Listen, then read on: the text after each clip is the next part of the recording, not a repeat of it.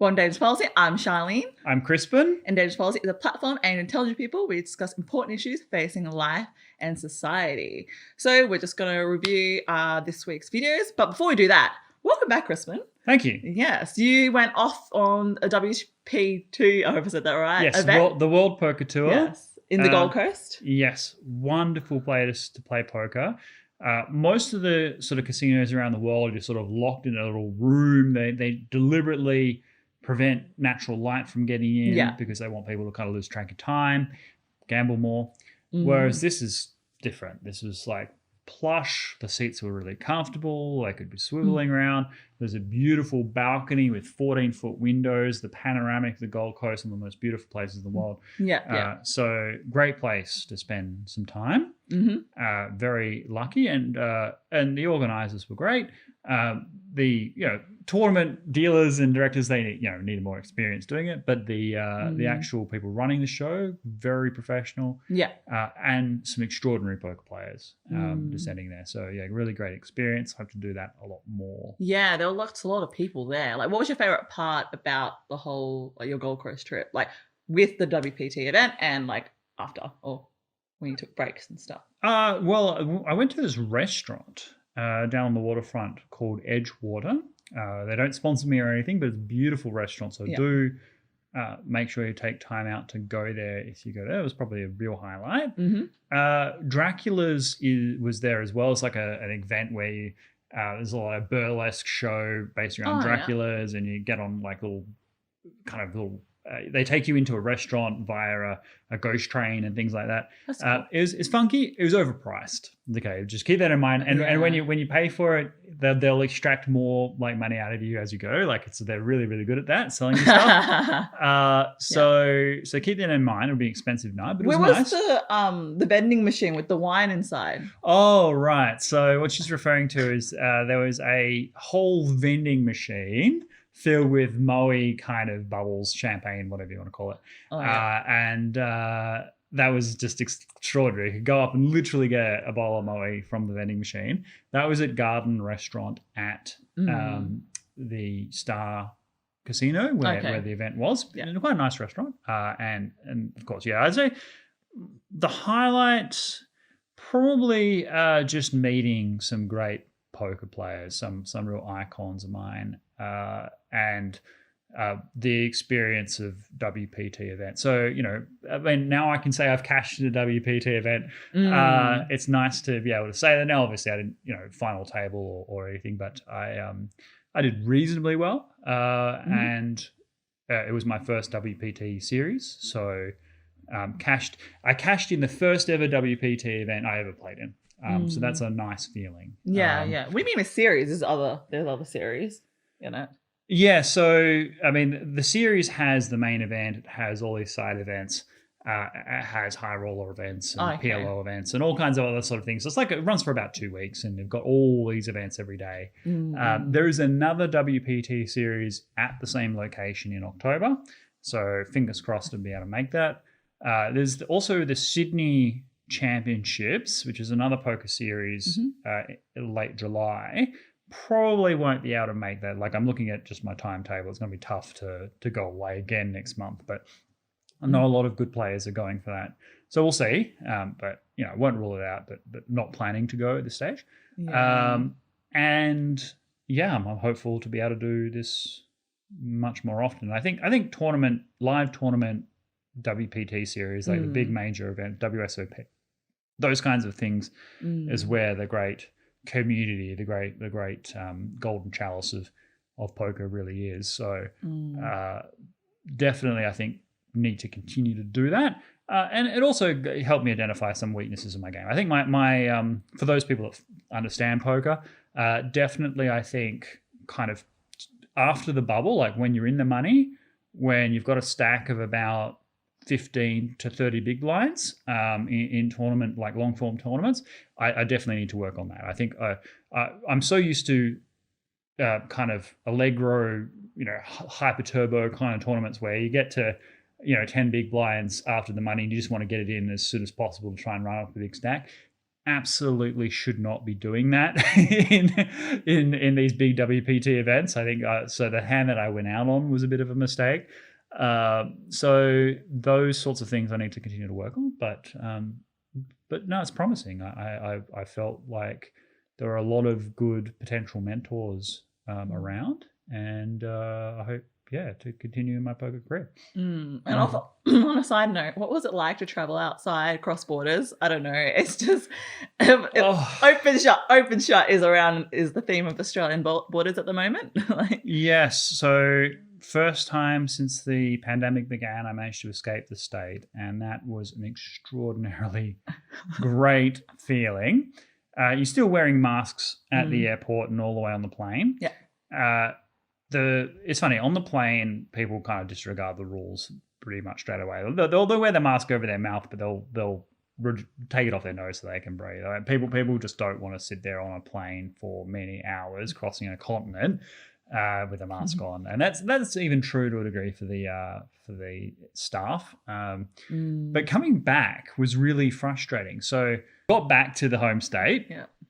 And we had to have this special pass that allows us to enter our own state, which didn't take long to get, and it was free, so that was okay. Yeah. But then the police that check it, right, to make sure that everything's okay, they do screening checks and temperature checks and all asking questions. That took forever. So we were really delayed in the disembarkation. They were busy with another flight. It was just one more massive step in trying to get home. So that was frustrating. But still, getting out of the state, getting to another part of the country, beautiful option to do that. Yeah. Nice location. We'll definitely do again. I want to get to Cairns as well. I was there previously once before, and going there in the wintertime would be really nice. Yeah, I've never been to Cairns. I've heard it's beautiful and everyone raves about it. It's so you get out of, I mean, Cairns itself is nice, but when you get out of Cairns, go north to sort of Port Douglas, about an hour and a half's drive, it's just the most unearthly part of the country. You've got the Daintree rainforest, the oldest rainforest on earth, hot springs, just white sand. It's just beyond the pale, beautiful. Sugarcane everywhere. So it's everything people want their tropical kind of escape to be, but never is. So it's not too humid. It's green and lush, but still breathable. Nice. And the temperature is perfect and plenty of open space. So do get up to Cairns if you come to Australia. That's a mandatory thing. And yes. I'm still not gaming off to cross borders. I'm just like, I'm going down south like every other Australian. Or up north, depending. People going on their little holidays within the state that they're in. Well, I had terrible sorrow for all the Victorians who came to the WPT because Melbourne is in the state of yet another lockdown. Yeah. God. Fourth lockdown. And it was getting worse during the course of the series. So these people, just, if they could afford to, just extended their stay. They just staying where they are, not thinking about going back to Victoria, just going to continue on in the Gold Coast for the duration because they go home, they get locked down and all those problems. Yeah. So, I mean, technically, right, if you had to do 14 days, like isolation, like you could still do dangerous policy, technically. Yeah, well, I mean, I did intend to do recording miles away. I did bring the equipment, things that I would need, but I was lucky enough to have a friend come up and see me from over that part of the country. So I just didn't have time. At the end of the day, we went off and did touristy stuff. You can go roller coaster. You didn't do that stuff, did you? No, I'm not a big roller. Like, so there are various theme parks and things in the Gold Coast. Some of them quite lovely. Sort of the Sea Worlds and Dream Worlds and those sorts of places. But I just didn't. I'm not a big ride person. I don't being shaken around and Christmas is not fun. No, not in that way. I like my restaurants. I like my performances. my travel and my old things, and I like, my Yeah. museums and all of that. I'm much more of a classicist in that regard than theme park, extreme sports type person. I mean, I do like mountaineering and things like that. Like I went to Nepal and there were some stunning things in the Himalayas to go do, but not my cup of tea. Sort of, all the paragliding and things like that. It's just not my thing. Okay, fair enough. All right, let's get started. So this week, talked about China and Taiwan, and I mean, I was expecting that it's going to happen sooner rather than later, just considering that China being China, like, has the time and the capacity to. Well, everyone's distracted by the virus. That's what I perceive it. But one thing you said about, how things could play out is the salami tactics, right? Like, and you said that's unlikely. But has salami tactics actually worked elsewhere? Yes. So salami tactics, I personally think, is a misnomer. And I published a piece on the South China Sea years ago explaining why the common descriptor of salami tactics, I think, is a mistake. So salami tactics was sort of coined during the Cold War as a description of what they thought the Soviets would do in Europe. Because you had all these nuclear weapons everywhere, and it was no longer likely, sort of in the post-70s sort of era, that the Soviet Union would just roll into Western Europe because they know that it would start a nuclear war.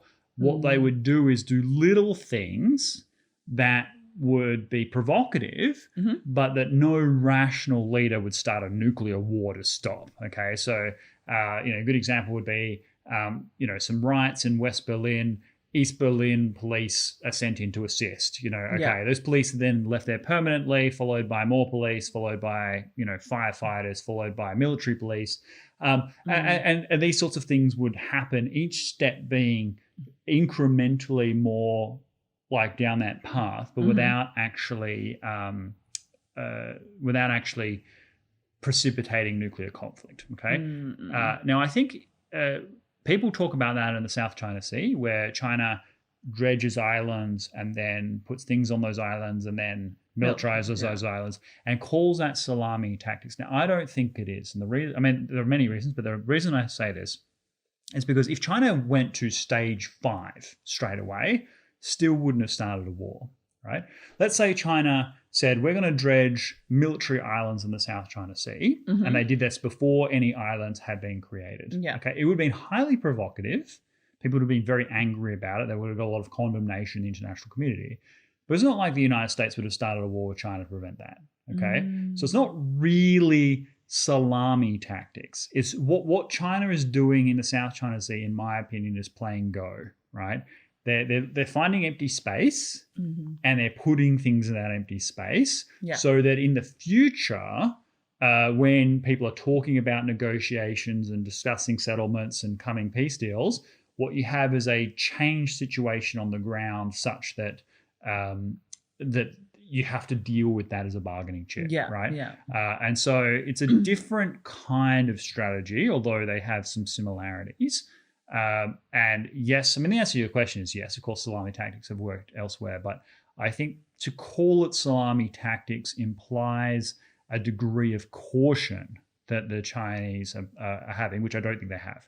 I think the Chinese are like, yep, we're going to put that there because it's ours and we claim it as ours and everyone else can piss off, right? They're not going, okay, we need to be really careful about how we calibrate this so as that we prevent retaliation. Okay, like salami tactics is really warming the kettle to a point where the lobster doesn't jump out, and this is something that that China's not doing. China's like, this whole area of the South China Sea, that's ours, and we're doing what we like, and we will do this, but we might change our minds later. They're not doing salami tactics. They're doing straight up annexation.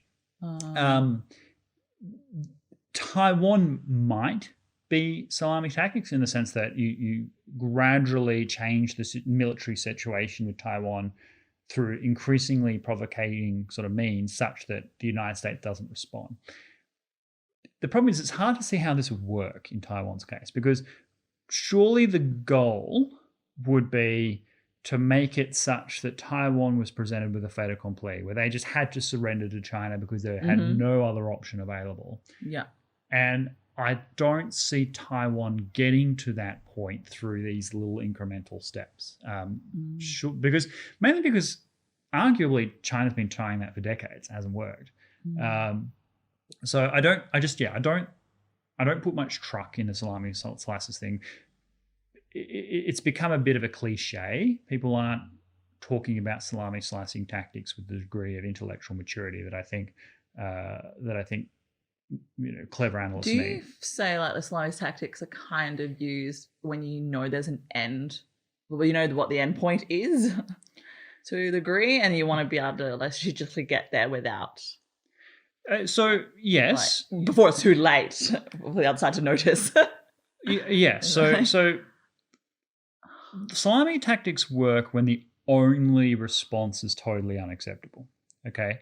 So let's say your only response to preventing police enter West Berlin is to start nuclear war with the Soviet Union, right? No one in their right mind is going to do that. Okay. They'll just, if it comes to a choice between those two things, they're always going to choose to accept the change. And salami tactics is meant to do that. A better example of salami tactics, I think, is North Korea with its neighbors. So it knows that if it attacks the United States with like a nuclear weapon or even like launches a long-range nuclear test where they fire a ballistic missile over intercontinental ranges and then detonate a nuclear weapon somewhere, that could provoke American thresholds. They could be like, okay, it's worth us going into North Korea, risking all the death and destruction and horrors of that war to prevent North Korea from doing what it's doing. Okay, if North Korea was to launch an invasion of South Korea, it would do those things. Yeah. But what it's doing now is it's slowly building up its nuclear capabilities, slowly testing more and more sophisticated ballistic missiles. And each one of those steps is an act of war in many respects. They're against UN security resolutions. They're clearly a threat to the international community. And yet they haven't provoked a major war because American leaders have said it's not worth our effort. Now, I don't necessarily agree with their assessments, but they have said that it's not worth our effort to go in and topple the regime and bring about the destruction that we know would happen if we did that for this latest provocation. But if you look at this on a long enough time scale, look at the change. Mid-90s, the North Koreans were supposed to have completely dismantled their nuclear program through the agreed framework. Okay, no nuclear power, no fissile material, certainly no nuclear weapons. Yeah. Now, 25 years later, 26 years later, many nuclear weapons, hydrogen bomb tests, satellite launches, they've become the norm, right? Yeah. Now, if you went from like what the agreed framework to today in 5 years, there would have been a war, right? They would have been, of course. We would have definitely gone in there to stop them, okay?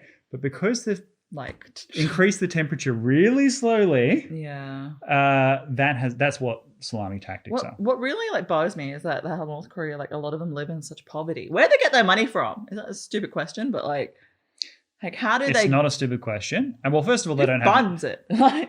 They don't have much money, so there are a lot of people starving and struggling in North Korea. It is an impoverished country, and they're aware of that. So that's the first point. It is a dreadfully poor place. Okay, but what money they do have comes from China. Thanks. Yes, I mean China could turn off the tap, and North Korea would potentially collapse. There's a couple of reasons China doesn't do this. One, they don't want North Korea to collapse. They don't want millions of refugees pouring across the border into Dandong. They want to have a buffer with South Korea, although there's some discussion about the merits of that. And then they've also kind of made a deal with North Korea.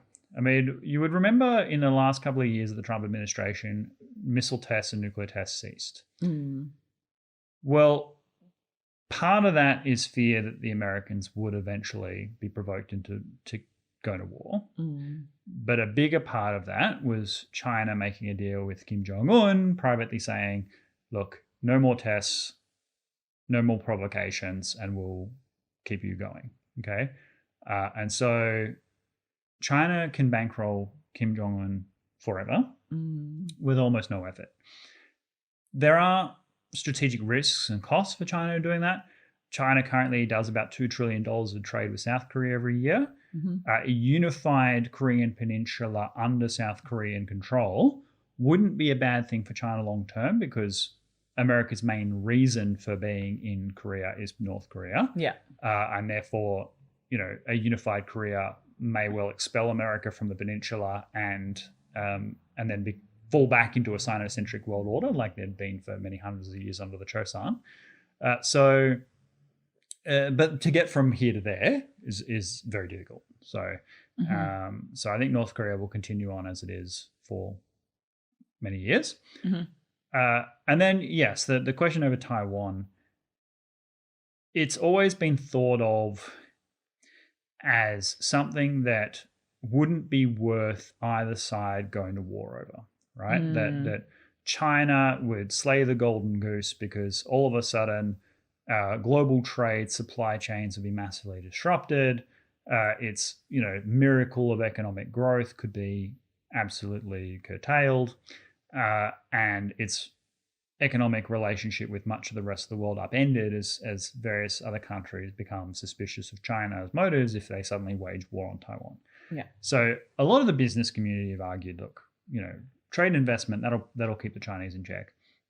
This is clearly wishful thinking. I mean, China, as the global balance shifts to a China dependency relationship where many countries who have trade relations with China just can't afford to lose those relationships, China will start to feel, or is feeling, as though it has all the cards, that they can wage war on Taiwan, and if other countries want to stop trading with China, that's fine. It'll hurt them more than it'll hurt the Chinese. That's the Chinese view. It may not be correct in every instance, but that is their view. The notion that Taiwan can be treated as a special case, I think, will have a lot of currency in many parts of the world. So it's clear that the people who live in Taiwan speak Mandarin, and they have Confucian history, and they were once part of unified China. And China can credibly argue to the world that unifying Taiwan with the mainland is simply going back to a historical long-standing norm, doesn't represent massive Chinese expansionism in the region, doesn't mean it's a threat to other neighbors. But their governance is so different. Oh, I mean, absolutely. I mean, it would be a terrible crime, certainly compounding in many ways what's happened in Hong Kong. Yeah. And Taiwan is a perpetual embarrassment to Beijing, because the Communist Party sort of claim that only the Communist Party of China can make China strong, can safeguard China's place in the world, its historical traditions, its Confucian lifestyle, its cultural attainment and mandate of heaven. Well, Taiwan is a pretty powerful argument against that. I mean, Taiwan is a much richer place than most of mainland China. It's got a very good, effective system of government. It crushed the pandemic highly effectively without, the oppressive communist approaches. And I feel like it does hold history, because look, I'm still doing my Chinese studying. Yeah. But what I found is that in Taiwan, all the students learn traditional Mandarin, like reading, whereas in China, it's simplified. And I think, but this is just me I think they do that purposely in China, so then they don't have to read history and they can change history. Whereas in Taiwan, they've maintained it, and part of their curriculum, part of their culture and society. Because I remember there being a time where I think China wanted to convert everyone's opinion, but it was just impossible. So it's an interesting theory. I mean, there'd definitely be some truth to that. It is also the case that if you want a good translator, get someone from Taiwan for that reason. Well, their accent's a little bit different. Yeah, there's obviously some dialectic issues and so on, but in terms of just complexity, the Taiwanese can deal with that much better than the average mainlander. You're there's quite right. There are multiple reasons why the Chinese Communist Party would prefer everyone convert to their line of thinking. The next question is, should the United States defend Taiwan? And this is the most fateful decision that can be made in the 21st century. Well, who else could defend Taiwan? Oh, no one. If the United States abandons Taiwan, Taiwan will be forcibly reincorporated into the mainland. Absolutely. In fact, it would happen tomorrow. If the President of the United States came out and said, we won't defend Taiwan, the very next day, Beijing will invade Taiwan, right? Like, no question about it. Right? Absolutely. Well, I mean, there'll probably be 48 hours. The next day, they would deliver an ultimatum, and if the ultimatum wasn't satisfied, then they would invade. So this is like the only thing that has prevented China from doing it already is American military might. Mm-hmm. The two questions that need to be asked is, can the United States defend Taiwan if it wants to? Mm-hmm. And two, should it do so? The first question, I think Elbridge Colby answered convincingly in the Intelligence Squared debate. He's also got a book coming out in September, which I think will elaborate on this quite a bit. The Elbridge Colby being the former US Deputy Secretary of Defense, and also the principal author of the Force Structure Review under the Trump administration. And he's saying, look, China's objective is to subjugate Taiwan and have it accept Beijing control. If anything short of that is a failure for China, i.e. if the United States manages to help Taiwan resist complete subjugation, then Taiwan has effectively won. True. Now, this would come at the absolute cost of total destruction of Taiwan, right? Mm-hmm. First of all, Taiwan would be bombarded with thousands, tens of thousands of missiles, constant bombardment. And so the destruction and devastation would be grave. It also presupposes, as Colby himself acknowledges, that the United States has made this contingency its number one global geostrategic focus. So it has subordinated Europe, it's subordinated the Middle East, and focused laser-like on the rise of China, which I agree with. That is a necessity. Yeah. That said, it's hard to see how, let's say, resisting an invasion by China would itself bring peace. It's unlikely that China would continue to just accept that in perpetuity. They'll probably try again 10 years later or 10 years after that. Okay, so this will be a permanent thorn in the side of China, and China will not realize its aspirations without reunification. Mm-hmm. So taking that next logical step, what does conflict hostilities look like and their cessation? So let's say China invades Taiwan and America somehow successfully repels that invasion. Now, I've got my own book to write, and we'll talk about that later. But does China just accept that that's happened? Does China then expand the conflict to attack all the military bases I mentioned in the video, Okinawa, Guam? Does China focus ferociously on rebuilding its military capabilities to try again, learning the lessons of its previous failure? Does the war escalate to a general war between the United States and China, potentially even nuclear war? These are all things that America needs to have answers to when they answer the question, yes, we will defend Taiwan. I.e., it's true what Colby says, that expelling China from Taiwan means an American victory on that strategic point. Mm-hmm. But permanent solution would only happen if China was in perpetuity unable to do this again. And so once as a great man once said, wars begin when you will, but don't end when you please.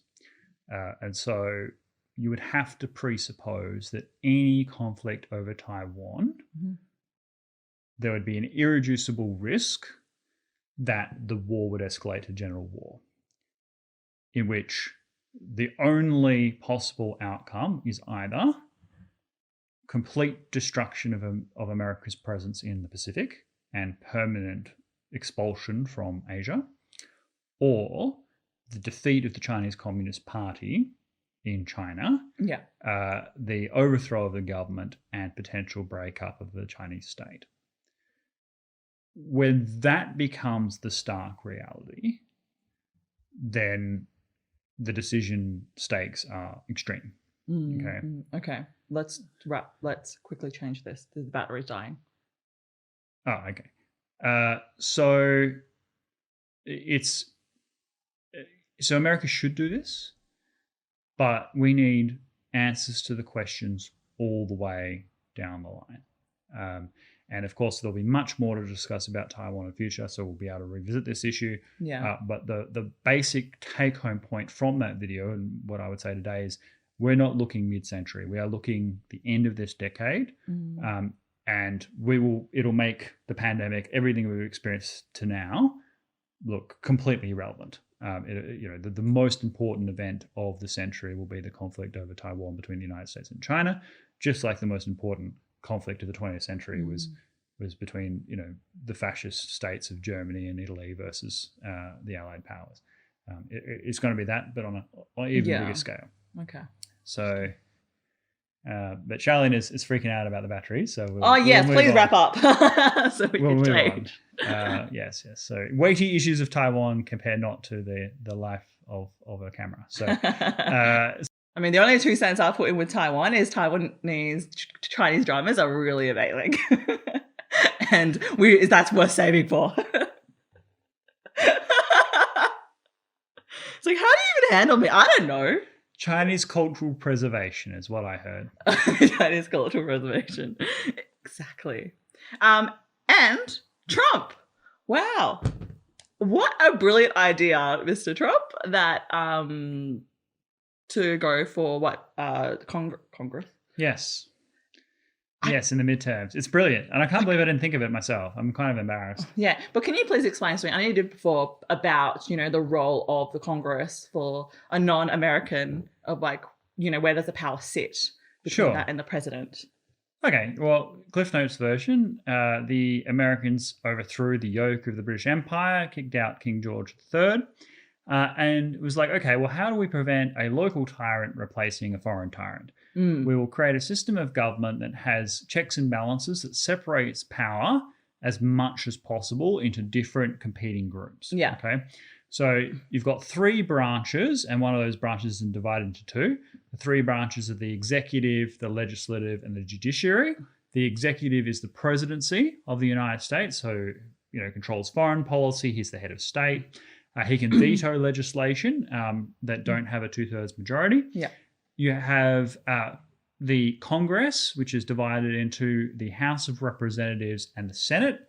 And then you have the U.S. Supreme Court, which basically sits outside, is a lifetime appointment, nominated by the president, ratified by the U.S. Senate, and it basically adjudicates on all of this stuff. Okay. Yeah.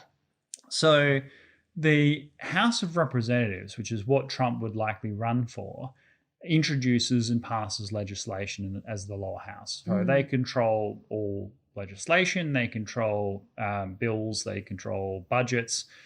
Formally, they declare war. They have the most power domestically within the United States of any branch of government. Yeah. And they are balanced by the Senate. So the Senate has two basically senators from every state, regardless of their population. That is the benefit of statehood. Basically, you get two senators to represent you. And that balances in a sort of federal way the population-driven numbers of the House of Representatives. So House of Representatives is made up on population, your local district, and then the Senate is two from every state. The House of Representatives in the US is probably the worst in terms of electoral cycle. So they have an election every 2 years, which means they're basically in a permanent campaign mode. Yeah. And that's what determines the presidency, right? No, that's the House of Representatives. It determines who the Speaker of the House is okay. and who the majority of the House is. The presidency is a direct election made up of electoral college votes. Yes, that's right. That happen once every 4 years. Now, the critical thing about Trump running in 2022 is that it would be a midterm election. And this is really important because the presidency comes up every 4 years. Mm-hmm. So every 4 years, the turnout is huge. Okay. Because when you go vote for the president, you're not just voting for the president, you also vote for the House of Reps and the Senate and all of that other stuff at the same time. But because the presidential election is the one that has all the media coverage and all the fanfare and all the budget, that has the biggest turnout. Okay. So in the midterms, it's only those committed voters. Well, like, I really want to vote for my local member or whatever, because they don't get to vote for the president at those midterms.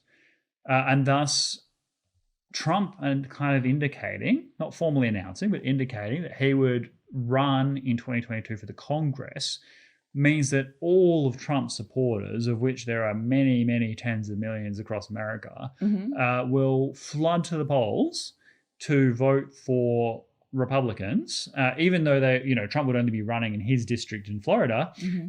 He would be out there campaigning for all kinds of Trumpian voters nationwide, and that'll have two effects. One, massive red wave will flood the Congress in 2022, take it away from the Democrats. So we have Republican majority, of which Trump might be majority leader. You have a Senate majority of Republicans, which would really curtail the power of Joe Biden because he wouldn't have Congress on his side. And in fact, Donald Trump probably opened impeachment proceedings against Joe Biden just to get revenge on what happened to him. And then Republicans nationwide will have gained their position because of Donald Trump. So the Trump takeover of the Republican Party will continue. So we've already seen with the removal of Liz Cheney, which I think is really symbolic. There was an idea that with Trump gone, the Republican Party would move on from Trump. There's all these never-Trump delusions kind of coming out, where in actual fact, the Republican Party has permanently changed to a Trump party. And frankly, for the better. I know a lot of people don't like Trump, but the Republican Party originally was a workers' party. Okay, so Abraham Lincoln founded the Republican Party as a sort of a slavery abolitionist party, and you had a wing of the party that was abolitionist for moral/religious grounds, a sort of radical wing with Thaddeus Stevens and those sorts of individuals. And then you had the large moderate wing of the party that was only against slavery for economic reasons. They didn't like the idea that slaves could compete with poor free workers and push down wages. Okay. And so they were abolitionist for the benefit of the working class who didn't have land, weren't landed gentry, who didn't have estates, couldn't afford slaves themselves. So it was only in the sort of late 19th century with the oil barons and the great industrial barons taking over the Republican Party, with the Rockefellers and the like, when you had people like Teddy Roosevelt, the Democrats, sort of trying to break up the monopolies, that the Republican Party became this ultra business-focused party, which it kept through the Great Depression right up until Trump came along, okay? And then Trump really broke that hold, the Koch brothers sort of hold over the Republican Party, for the better. I mean, because when you asked the previous Republican candidates for presidency, they would all compete over who had the best Republican orthodoxy of like free markets and Ronald Reagan. Like you go, all right, besides Ronald Reagan's diaries, what was the best book ever written, right? And these Republican candidates would be like cutting themselves trying to answer the question. They'd be like, the Bible, got it. Yes, victory, right? Whereas, Trump comes along and is like, All Quiet on the Western Front was a pretty good book. You got these, people became real people again with Donald Trump. And much to the respect of the American people. And then what's happening with the Republican Party is also what's happening with the Conservatives in the UK, I think Conservative parties in Australia, that it's become like a patriots party versus like a cosmopolitan party. So Donald Trump, just before he was voted out of office, was asked a question, which I think he absolutely hit out of the park, but I think it's also allegorical for all parties around the world of the same ilk, which was, can you describe your supporters? Because you can't think of anyone more vilified in the media and others than Trump supporters, right? So they asked the man himself, can you describe your supporters? And he sit there and he's not a very reflective man, but here he really did seem caught in thought. And he said, yes, I think I can. They're people who love our country. And that is actually a great distillation. That's so much better than like white supremacy and all those other like weird, wacky things that just come out of Democrats' mouths. That in mainstream media. Absolutely. But it's also true. Yeah. It's people who actually like America and want America to succeed. And proud to be American. Absolutely. And apologize for it. 100%. Yeah, and I think that's true for most conservative parties. Like the same things happening in the UK at the moment, where they go, all these like Brexit voters are all xenophobes and so on. No, they're just people that like the UK. They don't want to tear down statues of Winston Churchill, the man that saved the world from Nazi Germany. Or they're not embarrassed by people having like the Union Jack flags when they're talking. Like, I have the Australian flag here. It's not like I have it there mostly for the aesthetic, let's be real, but it's like I like being Australian. I'm not embarrassed by our flag. And so it's when people kind of attack ordinary people for liking their country as being sort of small-minded xenophobes, well, they're not going to vote for you, right? And so Trump encapsulates the Americana in a way that very few other people ever could.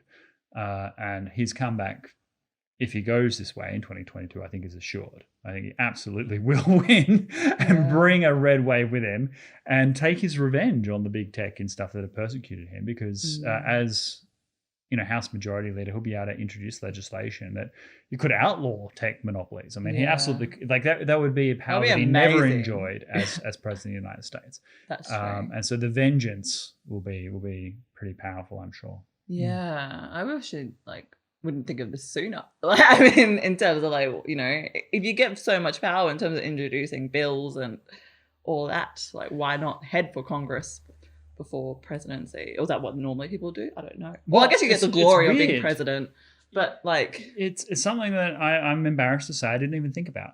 Like Steve Bannon floated it in February, but I didn't think about it beyond that comment. But it's genius the more I consider it, and something Trump absolutely should do and probably will do. And it doesn't prevent him from running for presidency in 2024. If he wants to do this for 2 years and just keep himself in the public profile and make sure people don't forget about him, that might be it. Just help with the fundraising and so on. And if he did nothing else, then that would be fine. But he may decide that he wants to be speaker, in perpetuity and be kingmaker for presidency, because whoever Trump nominates is put it this way, anyone that Trump says to vote for as the Republican nominee for president, he's got to be president. Oh, wow. Okay. Yeah, because Trump supporters are loyal to him. Yeah. So if he comes out and says, look, everyone should endorse Ron Santos or Josh Hawley or my son, Don Jr., they're going to be, they'll win the primaries, hands down, because Trump or Ted Cruz, because, that's who... They'll do whatever Trump wants them to do, and happily. So, wow, I love it. I love the idea, how broken it is. You could take advantage of holes, not advantage of holes, but really, because it's not it's optional to vote in America. So you can imagine that, midterms, people don't even noticing, and they're Republicans yes, let's do it. Yes, I don't think the anti-Trump, as I kind of pointed out in the video. Yeah, anti-Trump. What are they going to do? Are they going to come up? I don't think they'll be nearly as strong in the midterms, because first of all, they won't be removing Trump from office in the way that they had the opportunity to do. Yeah. Also, Biden has not been inspiring people. As I said in the video, he's got a lot of problems as president. People I think, have a lot of Biden regret. And 3, Trump's biggest enemies, the tech giants, are doing him a massive favor. The things that the Trump supporters uniformly say they don't like about Trump is his tweets. Yeah. He's banned from Facebook to 2022, guys. Yeah, and that'll be a rolling ban. I have no doubt that they'll extend that, absolutely. in perpetuity. Until such time as Trump is majority leader and disbands Facebook and breaks its monopoly. In which case, TikTok will rise. So it's a fascinating time to watch this cultural struggle in the United States. And if I was China, I wouldn't rock the boat just yet. So I don't want to go back to the Taiwan discussion, but time's on China's side. So the longer they wait, the better for China. It's the reason why I've shortened the time scale is because this comes down to Xi Jinping's personal ambition. True. But at the moment, America's very inward focused, and the Trumpian thing is going to play out. Yeah. I'm so excited to be able to get into US politics again because it's so boring. I don't know. As we expected last year, we're like, oh, who's going to watch US politics? Yeah, no one. Without Trump, life's dull. Let's be real. Right? Yeah, it is. Yeah. Okay, let's move on. To finish off, this week you've also talked about poker personality traits. Yes. Yeah. So what you went up to some really outstanding players. I mean, what do you see as personality traits that, aside from skill level and technique and study, what do you see as Yeah, what are inherent things that are identifiable across different poker players that they know that they consider to be world class? World class, yeah. And the traits that I described, I think, are a good summation of those, with, as I said, some honorable mentions. Yeah. What really started me in that video was just how easily you could apply the same traits to any successful person in the world, who are world class in what they do. Because you need to have some self-awareness in who you are and where your weaknesses, and order to improve. You need to have good, strong habits. You shouldn't be swayed by your emotions and have some discipline. I can't fault that. And I mean, from last week, we even said that poker is like life. So it was really astounding. I was like, wow, taking the same principles that applying to whatever you want to be successful in, it would probably work. And I guess my question is, has there been anything aside from poker that you've kind of followed those rules unintentionally? So great observation. I'll come back to your question. Great observation first, because when I think of, there are coaches for poker that are like life coaches. So there are coaches that teach you to play better poker, but then there are coaches for the mental game, and they're basically derived from golf. Games, yes. So if you think about poker, it's really a game against the self. There are other players, and you're trying to beat them, but the fundamental theorem of poker is mistakes. Whoever makes the fewest wins. So same with golf, right? No one else is going to come and tackle you while you're playing golf. It's whether or not you hit that ball correctly and make the right decisions and can control your behavior in such a way as you maximize your shot, right? Now, I don't like golf, but this is a good kind of analogy. And so a lot of the life coaches for golf are the same as for poker, and they've transferred over. Interesting. So it is true that many of the things that I identified, and if we just sort of quickly recap for those that didn't watch it, so intelligence, process-driven thinking, habits, discipline and emotional control, and self-awareness were the kind of things that kept coming up. I really like the process-driven thinking, because a lot of times people try to focus on the result of things, and you shouldn't. And there's a phrase for that in poker, being results-oriented, i.e. You didn't make the wrong decision because you got the wrong result. You made the wrong decision because it wasn't the optimal choice in the circumstance with the information you had. Yeah. If you're relying on luck, then you are not being process-driven. You're being outcome-oriented. So it is true that those traits are obviously very useful in a whole range of endeavors.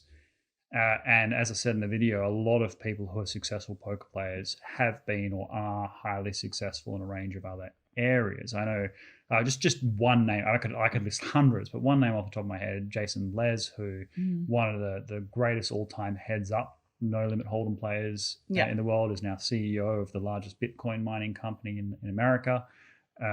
So these are accomplished people, but I would say that there are some things in poker that are, I wouldn't say unique to poker, but are not necessarily the same as being accomplished in another area.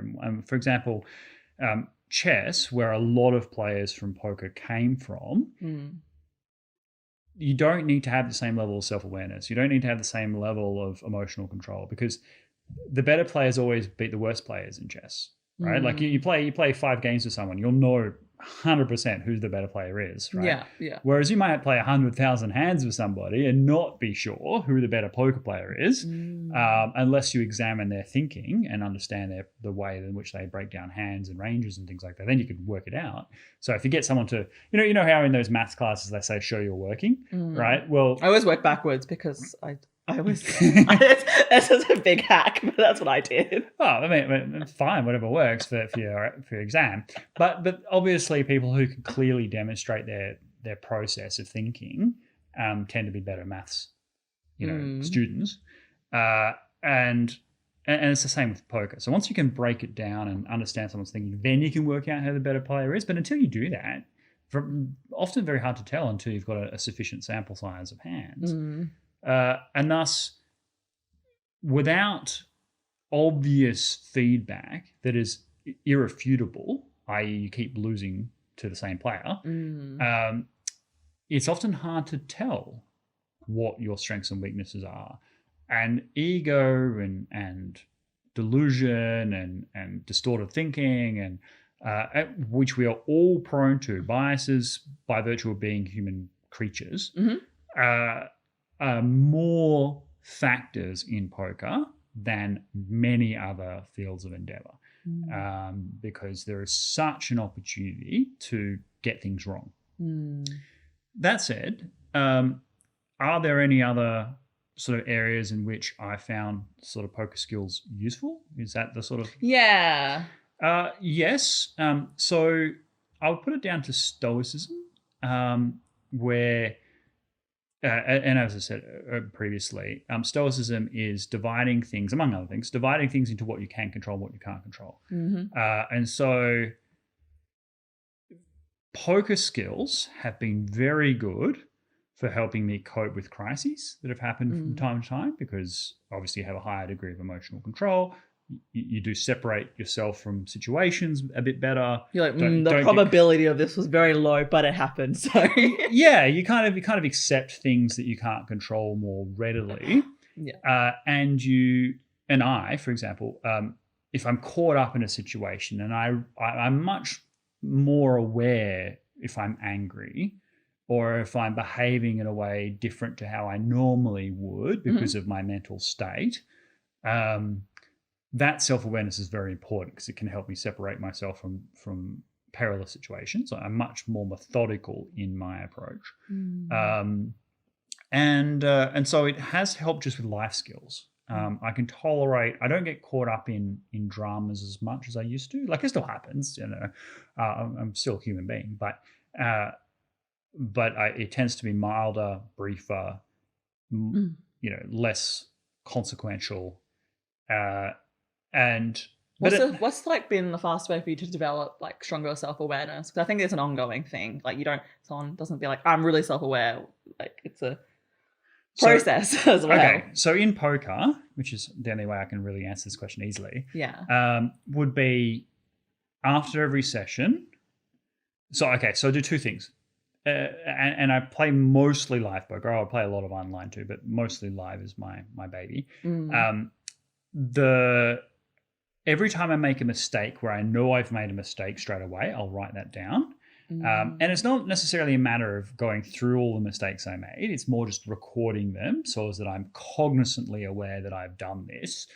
And that really helps because it means that I'm constantly looking out for it. If I know that I have to record all my mistakes, then I have to be aware of those mistakes. Yeah. Secondly is to be after every session, and again, habits, one of the things that you do, but my habit is still forming, let's say, in this regard. Asking myself after each session, what were the 3 biggest errors that I made during the session, right? So not just the little things that I recorded in that moment, but like, okay, theme-wise, what was the weakest area of my game? Okay. So for example, I've noticed that in cash games, after a certain period of time, my ability to maintain the same level of focus, not get bored, not start playing hands I shouldn't play, still pay attention to what's going on, that does deteriorate after a certain point. Yeah. So, I have to be like, okay, well, I'm going to take breaks after these periods of time, and I'm going to like, if I can justify wrapping up a session at a particular hour, I'll do that. Those sorts of things. So you're constantly working on those vulnerabilities. One thing I did not include in my list, and I should have actually, and just bring it up, and because it's not something that people said when I asked them the question, but it is something that I've observed. Physical health. All right.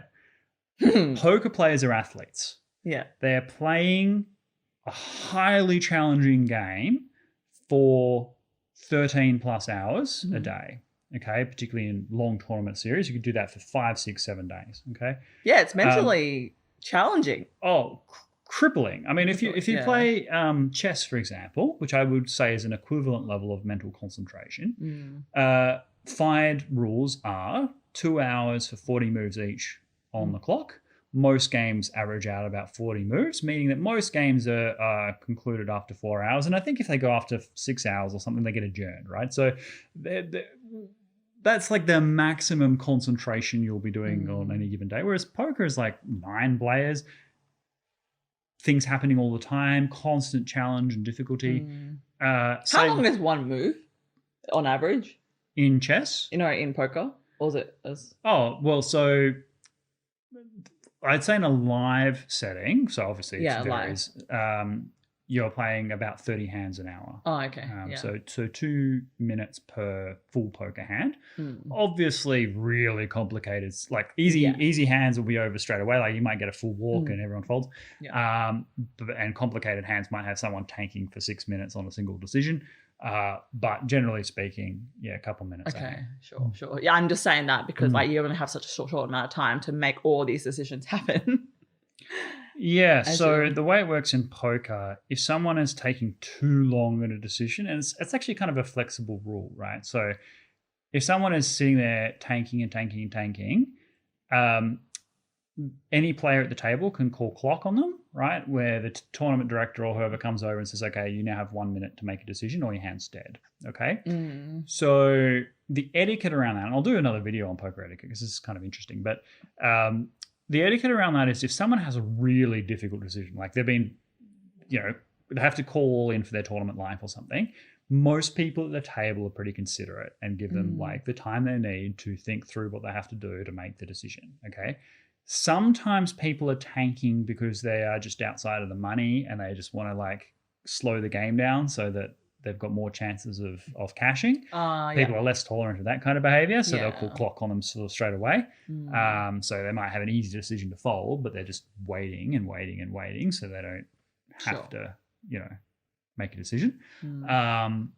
So those kind of tactics are reduced. But yeah, I mean, if someone has a difficult decision, there's a lot at stake, most people are thoughtful and be like, take your time. Okay. That's nice. Oh, great. Awesome. Well, I think that's all I wanted to talk about today. Any final thoughts? Cool. Okay, we've already talked about China, but we've just passed the 32nd anniversary of Tiananmen Square, and one of the most iconic photos of the 20th century, the young student who was standing in front of the tank. Not just one tank, there was lots. Did you not see? Exactly. Now, nobody knows what happened to this individual, but we can all probably guess. The Chinese Communist Party, of course, totally censored it nationwide. And to kind of demonstrate to a degree the embarrassment with which Western corporations collaborate, the Microsoft Bing search engine, of course, like anyone operating in China, censored it, but they made an error which accidentally censored it worldwide. So everybody saw that Microsoft, what they were doing, because they accidentally censored it for the rest of the world when they were meant to just censor it in China.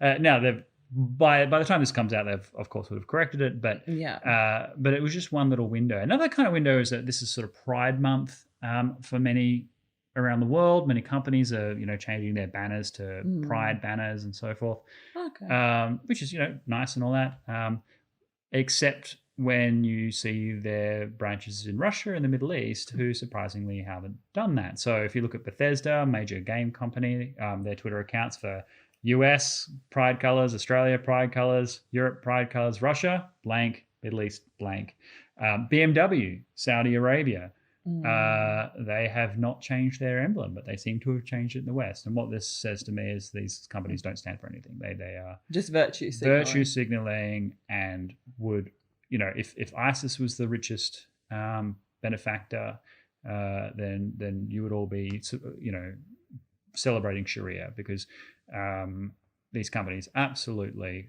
are just chasing profit. That's my view. That's my final thought.